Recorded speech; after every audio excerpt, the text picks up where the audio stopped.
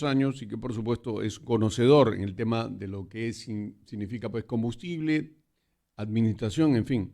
Es una persona muy conocida a quien le damos la bienvenida y agradecemos su apoyo y colaboración. César, ¿cómo estás? Buenos días, bienvenido. Muy buenos días, primo Coco, acá cumpliendo con un compromiso que hemos suscrito, creo yo, es de poder apoyarte en lo que esté a mi alcance. Es un gran esfuerzo también porque es una gran responsabilidad estar en ondas con todos con tus escuchas, ¿no? Hay que estudiar, revisar cifras, mirar, estar un poco al tanto de este quehacer económico que en nuestro país varía pues día por día, ¿no? Pero aquí estamos a ver qué podemos conversar y para poder ilustrar a nuestros oyentes. Mirando un poco la realidad de la selva peruana, en ese lugar, por ejemplo, no se paga el IGB, ¿ok? Pero Ujú. ese IGB, ese beneficio no lo disfruta el público consumidor, porque te siguen cobrando carísimo todo, ¿no? ¿De qué manera va a cambiar la situación? ¿De qué manera va a beneficiar al comprador final? Porque este es un tema del comprador final. Bueno, la propuesta que está en medios y que así ha llegado al Congreso, inclusive el Congreso se acaba de allanar a las observaciones del Ejecutivo, ha tenido mucha resonancia en medios el hecho de que se hayan incluido algunos productos que no son de la canasta básica, ¿no? Según lo que se señala en esta propuesta, que al final nos estamos refiriendo apenas a 4 o 5 productos de la lista de todo lo que consume una familia. En el caso de la selva del oriente peruano, excluido el departamento de San Martín, que hace mucho tiempo canjeó la obligación de, de exonerarse de IGB a cambio de una inversión en proyectos, ¿no? Lo cual fue una buena idea. En cambio ahora es Loreto, Ucayali y Madre de Dios, exonerados de IGB, principalmente de combustibles. Pero la situación del Oriente, pues, es muy especial, ¿no? A Iquitos le decimos la isla bonita, por ejemplo, ¿no? Pero aislado, más que por un largo trayecto por río o por avión. Entonces, de lo que se aprovecha mucho en el Oriente también es el acuerdo bilateral con Colombia para comprar y vender productos.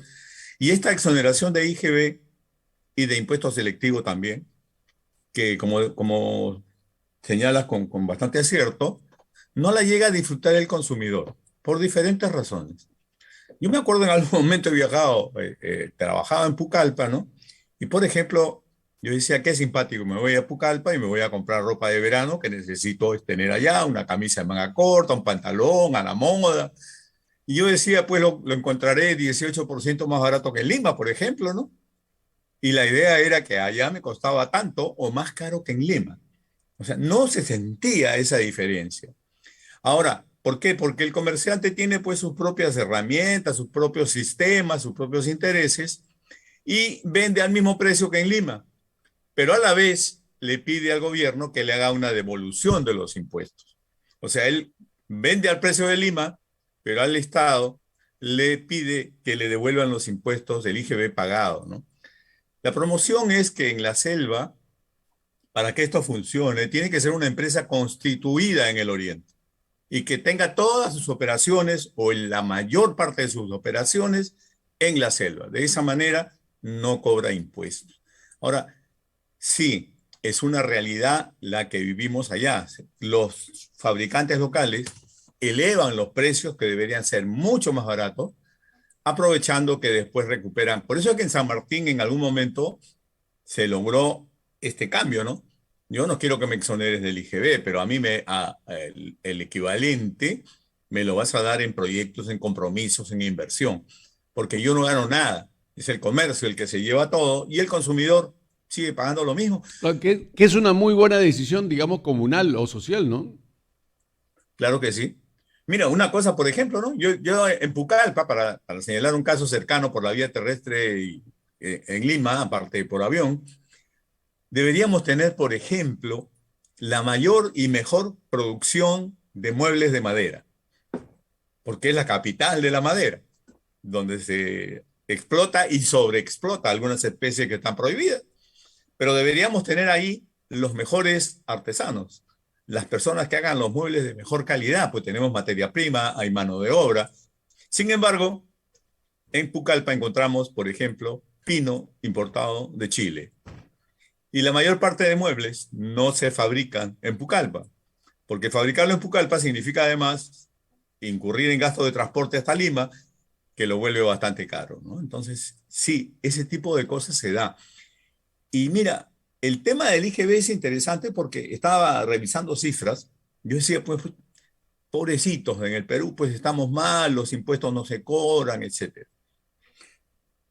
El año pasado, en el mercado total del Perú, o sea, el mercado interno más las importaciones, lo que entra por aduanas, porque cuando uno importa le cobran el IGB por adelantado, ¿no? Se ha recaudado 41% más que en el año 2020. A pesar de todo, a pesar de que no crecemos, etcétera, pero el año pasado hemos tenido 22.000 millones de soles más que en el año 2020 solamente por concepto de IGB. Entonces, hablar de disminuciones, de aplicaciones en diferentes rubros, etcétera, no afecta, no impacta tanto en la economía. El otro tema, a la población se le ha dado a entender, o así está suponiendo, de que todos los alimentos pagan IGB y que gracias a la iluminación de nuestras autoridades, el haber sido alcanzados por la conmiseración y la piedad, nos proponen eliminar, exonerar del cobro de impuestos a algunos productos de la canasta básica de alimentos, que ya sabemos cuáles son. Pero sin embargo, lo que no dicen es que los alimentos no pagaban IGB desde hace mucho tiempo. Desde que se creó la ley del IGB, etcétera, los alimentos no pagan impuestos. Fíjese, te doy una lista que acá tengo a la mano, por ejemplo, de algunos de los productos que no pagan IGB, así no se había hecho esta ley de exoneración. Vamos a ver, cuyes, por ejemplo, ¿no? Que se decía con bastante acierto este tema del caldo de cuy, qué bonito sería, ¿no? O el chifacuy también que hay por acá. Vacuno, cuyes, pescado, leche cruda, ¿qué más tenemos por aquí? Papas frescas o refrigeradas, tomate, cebolla, coles, lechuga, zanahoria, pepino, arveja, frijoles, las otras legumbres, alcachofa, espárragos, berenjenas, apios, setas, trufas, pimientos, espinacas, aceitunas, frijoles, etcétera, etcétera, etcétera. Algunos productos no se habían exonerado. Poco a poco se han ido agregando, retirando. Entonces, los que hoy día estamos agregando para esta exoneración son unos cuantos y que su impacto, ya se ha dicho, va a ser muy, muy poco en la canasta básica. Los precios no van a bajar. Los bodegueros saben que no van a bajar. Y el hecho es que además ayer estuve revisando el proyecto de ley ya al que se ha allanado el Congreso, tiene un defecto. No señala que los productos pan, etcétera, cuál es el otro, la leche, en fin, se exoneran, pero no se dice incluyas en la lista de exoneraciones los siguientes. Simplemente se dice, ¿no? Los siguientes productos no van a pagar IGB. ¿Y los demás? Yo no creo, sinceramente, que a los demás se los quiten, ¿no? Porque sería terrible. Pero si no lo señalan con claridad, agréguese en la lista de exonerados los siguientes. Y simplemente decimos, ¿no? Ahora esto, que son los principales alimentos, nos olvidamos que esos no son los principales alimentos, ¿no? Pero hay que tener cuidado, porque además, ya estamos viendo, ¿no?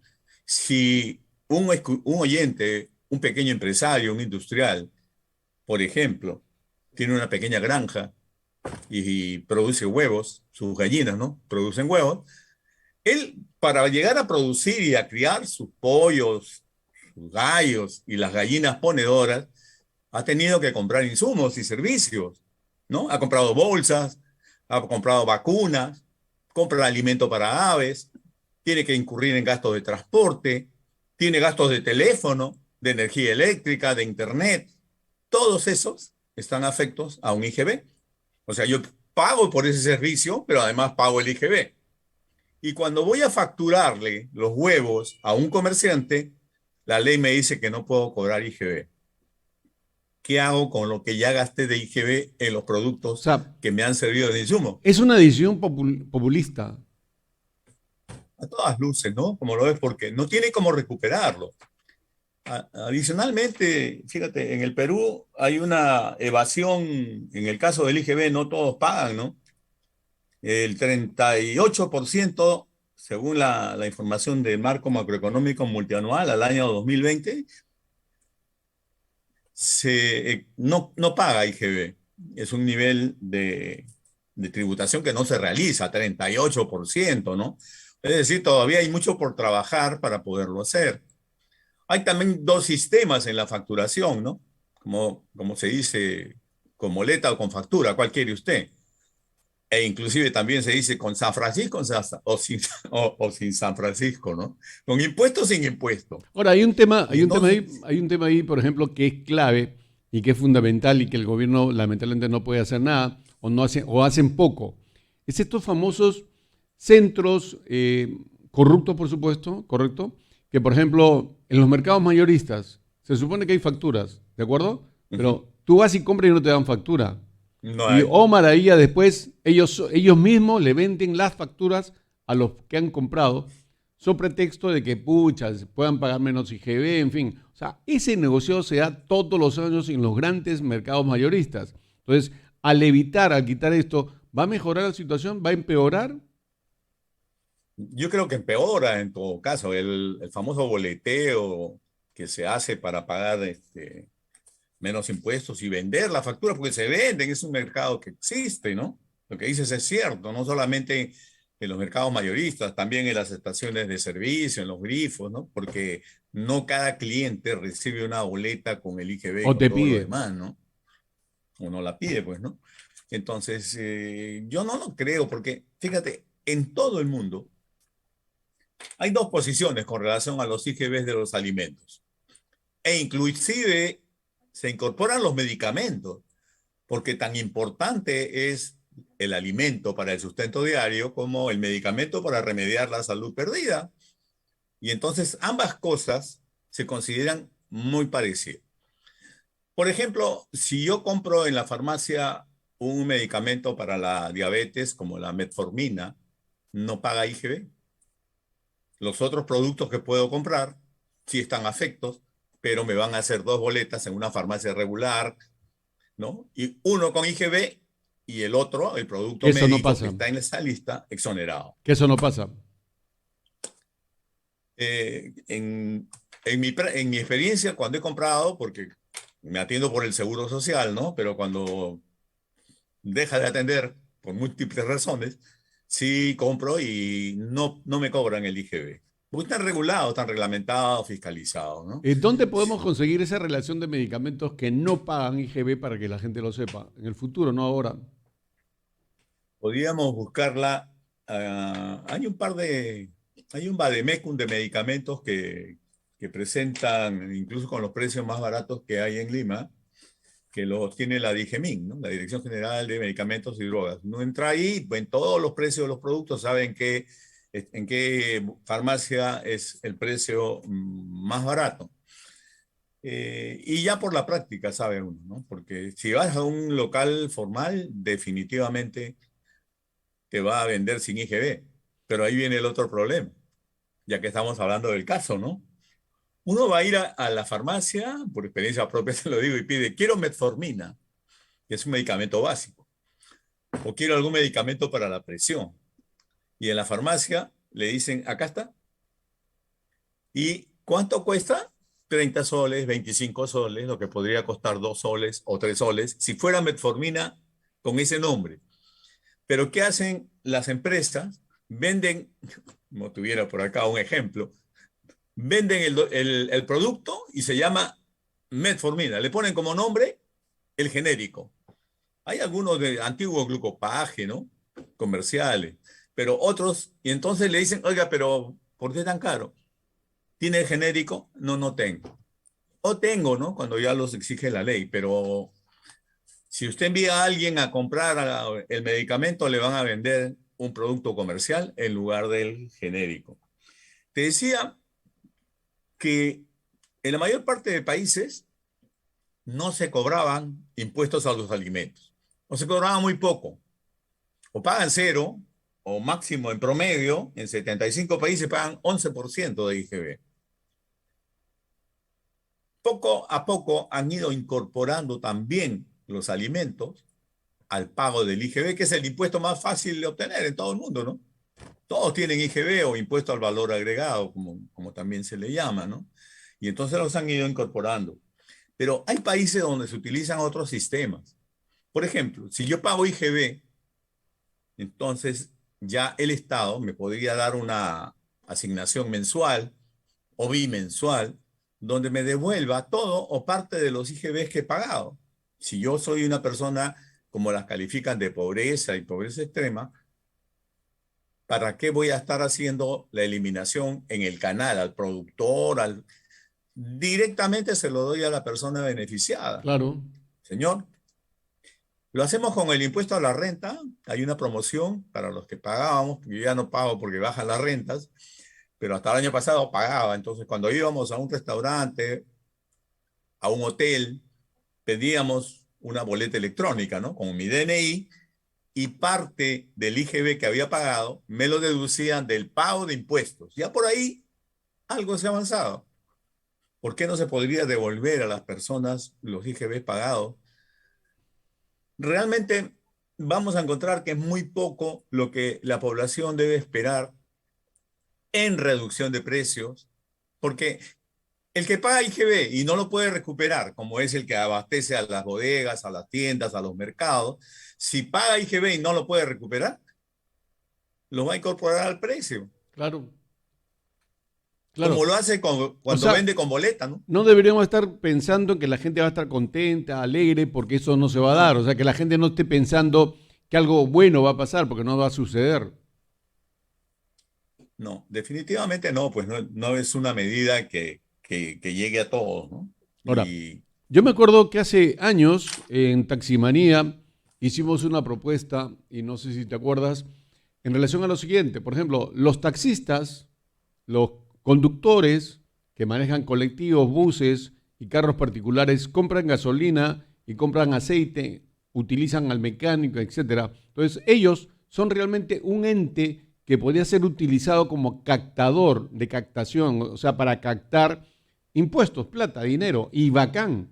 Pero ¿qué pasa? Que no lo saben utilizar. Entonces los atormentan con las papeletas y todo, y no se busca o sea, no se busca mejorar el tema del transporte. Entonces yo digo, ¿por qué los taxistas que ganan o trabajan no les pedimos que pidan boletas a todos los servicios por donde pasen? Al que le vende el caldo de gallina, sopa en la mañana, en desayuno, en fin, lo que sea, la gasolina, al mecánico, al pintor, es decir, todos los servicios por lo que pasan, y ellos son realmente motores de economía.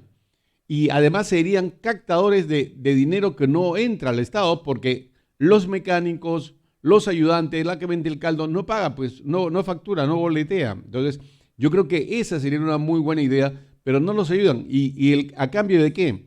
A cambio de que, por ejemplo, la SUNAT haga un sorteo mensual o cada año, al año uno o dos, donde hayan pues ganadores. Porque si multiplicamos 500.000 taxistas, si multiplicamos 150.000 o 200.000 colectiveros, si multiplicamos, ponte unos 500.000 conductores de buses a nivel y camiones a nivel nacional, estamos hablando de un buen billete para el país, o sea, en impuestos en IGB que no se está utilizando, no se está poniendo, no se captura, no se obtiene. Entonces, y ellos obtendrían como regalo que, fíjate, sorteos de llantas, pago para mecánicos, si tu vehículo, sorteo de carros nuevos. O sea, mira las cosas brillantes que se podrían hacer y no se hacen. César, tu comentario en relación a, porque eres economista.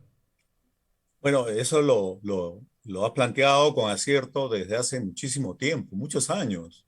Y la verdad que no se aplica, no se utiliza. Eh, ¿Qué es lo que sucede en el Perú? Que aceptamos cuando hay presión, cuando hay golpe, ¿no? Cuando hay poder. No lo pensamos racionalmente. Por eso es que a los transportistas que consumen diésel les devuelven parte y ahora todo el impuesto selectivo al consumo de combustible, ¿no? En los que son negocios pequeños, como los que señalas, sería parte de nuestra cultura tributaria el hecho de estar siempre facturando, salvo que el servicio esté exonerado del IGB, ¿no?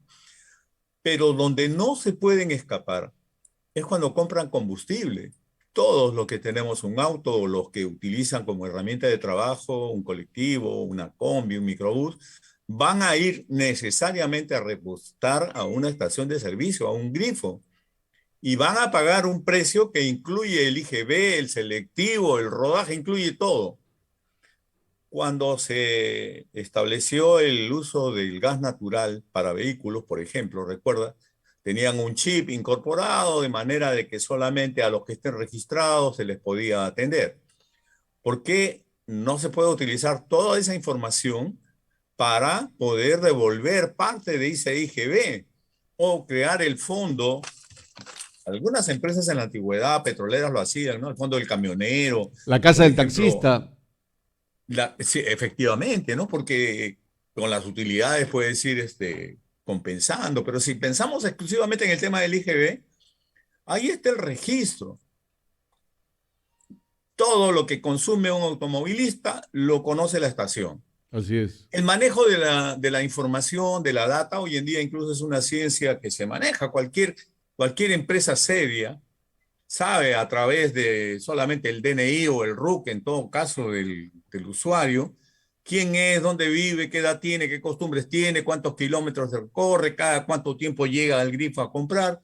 Lo podemos tener completamente identificado y el gobierno tiene que aprovechar porque eso es lo que se llama el IGB, el tema que tiene es que es indirecto. No es un impuesto que llamemos directo como es el impuesto a la renta, ¿no? Que va a la vena de la persona. Sobre lo que gano, pago impuesto. El IGB está disfrazado, está escondido, está dentro del precio. Luego no nos damos cuenta que estamos pagando. Cuando compro un galón de gasolina o de petróleo, no sé que estoy pagando rodaje selectivo, IGB y cuánto impuesto adicional se le ocurra. E inclusive la legislación nuestra prohíbe que pongamos el precio sin impuesto y pongamos, por ejemplo, gasolina, 10 soles más IGB. No se puede. Tenemos que decir que vale 12 soles, 20 soles con todos los impuestos. Está prohibido porque era una medida que se supone desalentaba la tributación. Pues cuando yo voy a echar gasolina en mi carro y saco la cuenta, 50 soles, 40 soles de impuestos, digo mío, reclamo al Es techo, ¿no? tal como está pasando con el gas natural, ¿no? En los recibos.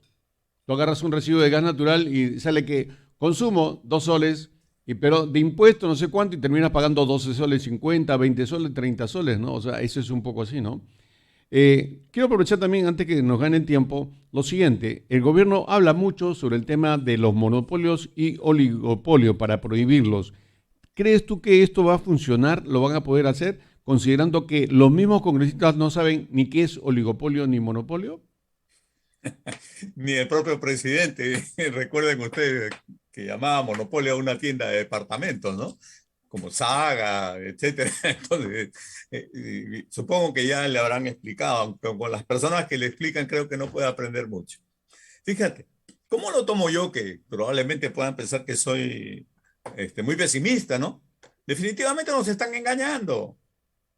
Primero le atribuyen al monopolio una figura que en realidad no llega a tenerla, ¿no? Que vende a los precios que le da la gana, que vende muy caro, lo cual no es cierto. En economía se estudia el nivel de utilidad que obtiene un monopolista, ¿no? Por ejemplo, es un poco complicado de explicar, pero la verdad es la siguiente. Un monopolista puede vender hasta cierto precio, pero si excede ese precio, está abriendo las fronteras para que venga el producto importado competidor. En un país que tiene fronteras abiertas, tratado de libre comercio con casi todos los países del mundo, no podría haber un monopolista abusivo que pusiera el precio que se le ocurriera porque pierde su mercado. Le da paso no solamente a la importación, sino probablemente a productos de mejor calidad. Ya hemos tenido la costumbre de monopolizar muchas cosas en el Perú y lo que conseguimos fue productos de mala calidad, no avance en tecnología, mercados cerrados para poder proteger la industria nacional y precios más altos finalmente. Ahora, ¿por qué necesito una ley?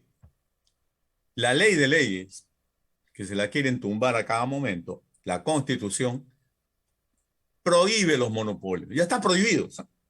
Son como 4 artículos. Vamos a leer solamente el 61.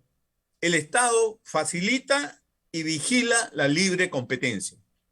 Ahora, que no se cumpla, que no se haga con eficiencia, que el encargado de hacerlo, que es el INDECOPI, Instituto de Defensa de la Competencia, no lo haga o demore mucho, o los trámites duren 3 años, 4, 5, 6, es otro tema.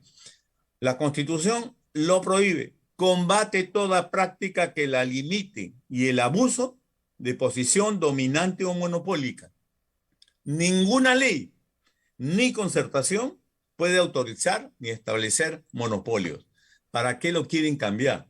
Para que con una ley fácilmente establezcan cualquier monopolio que se les ocurra, el que esté más al alcance de la influencia política. O crear monopolios estatales, que ya existen. Si queremos eliminar los monopolios, por ejemplo, ¿qué sucede con Sedapal? Monopolio del agua en Lima. Así es. ¿Qué sucede con Luz del Sur, Luz del Norte? ¿Qué sucede con una administradora de peajes? Tiene el monopolio. No puede haber otra empresa que cobre peajes en el mismo sitio. Con la que administra el aeropuerto Jorge Chávez, ¿no? Lima Airport Partners. ¿Es un monopolio o no es un monopolio? Es un monopolio. Claro. Las empresas que prestan servicio de agua en todas las provincias del Perú. Monopolio. Hay cosas que no se pueden prohibir, porque si las prohíben, van a tener que hacer una larga lista de exoneraciones. Pero además, mira, no solamente es la Constitución, estuve revisando y también tenemos que, por ejemplo, en el Perú hay una ley antimonopolio para la industria eléctrica. Está prohibido una serie de cosas, se definen, y esa ley está desde el año 91. ¿Ya? Adicionalmente, hay otra ley también que elimina prácticas monopólicas y restrictivas de la libre competencia, también desde el año 91. La ley existe, la definición del monopolio existe. La Constitución, encima de la ley, garantiza por encima de eso que no se apliquen prácticas monopólicas. No podemos prohibir monopolio. Un monopolio, por ejemplo, sería si una empresa descubre una vacuna y solamente la tiene ella. Algunos, en generosidad, la ceden a la humanidad, pero la mayoría va a querer proteger su inversión durante algún tiempo, ¿no? Y los oligopolios, que a veces los confundimos, es cuando son más de uno, más de uno. Por eso yo siempre digo, combustibles, Petroperú y Repsol. No hay más, no hay más. Oligopolio.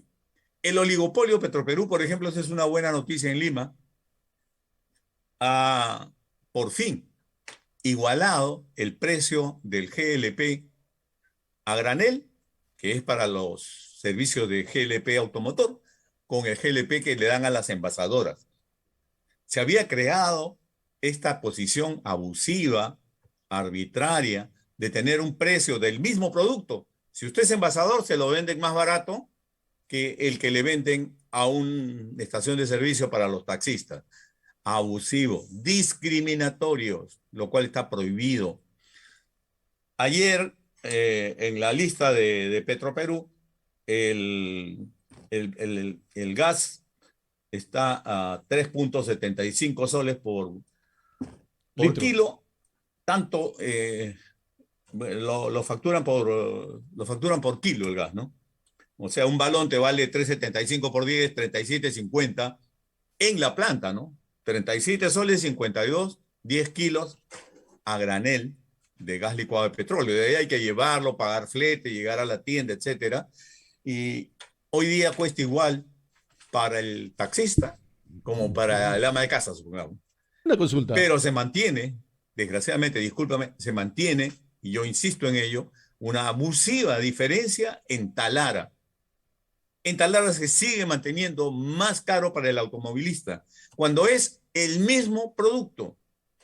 ¿A qué se debe? Competencia. Claro. Pero, Cuando por en Lima hay ejemplo, competencia, ¿por qué no se te lo sincera da. ya por ejemplo, en el caso del combustible 84, 90, 95, 97, te cobran por galón. ¿Por qué no cobrar lo mismo en el caso del gas para hacer una verdadera comparación?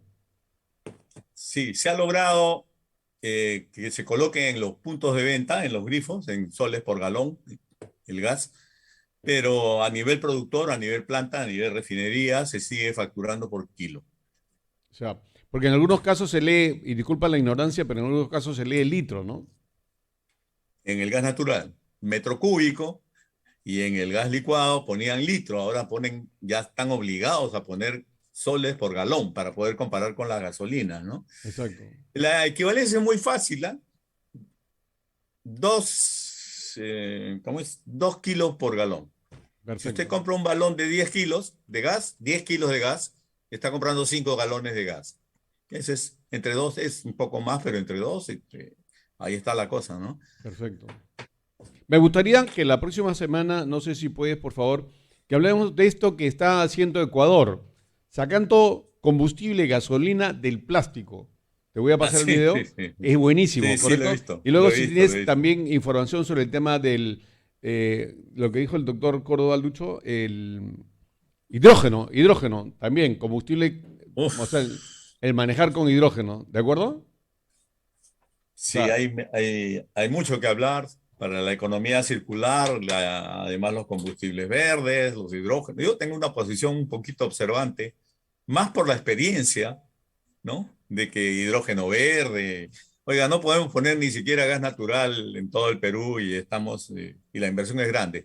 Pero sí, lo del Ecuador debería multiplicarse. Si fuera tan cierto, lograr con la química inversa, si de la gasolina, si del petróleo sacamos plástico, ¿por qué no volvemos a la matriz, ¿no? exacto, Interesante. Yo ¿ya? no soy experto en el tema, pero me Para la próxima comprometo a que semana, ¿te podamos parece? conversar. Excelente. Bueno, Queda. ya casi el compromiso. César, Gracias. como siempre, muchas gracias. Un abrazo. Un gusto. Un Con gusto, César Augusto igualmente. Bedón, ex decano del Colegio de Economistas de Lima, colaborando con nosotros a partir de ahora todas las semanas para que tengamos la información adecuada y precisa sobre temas de economía.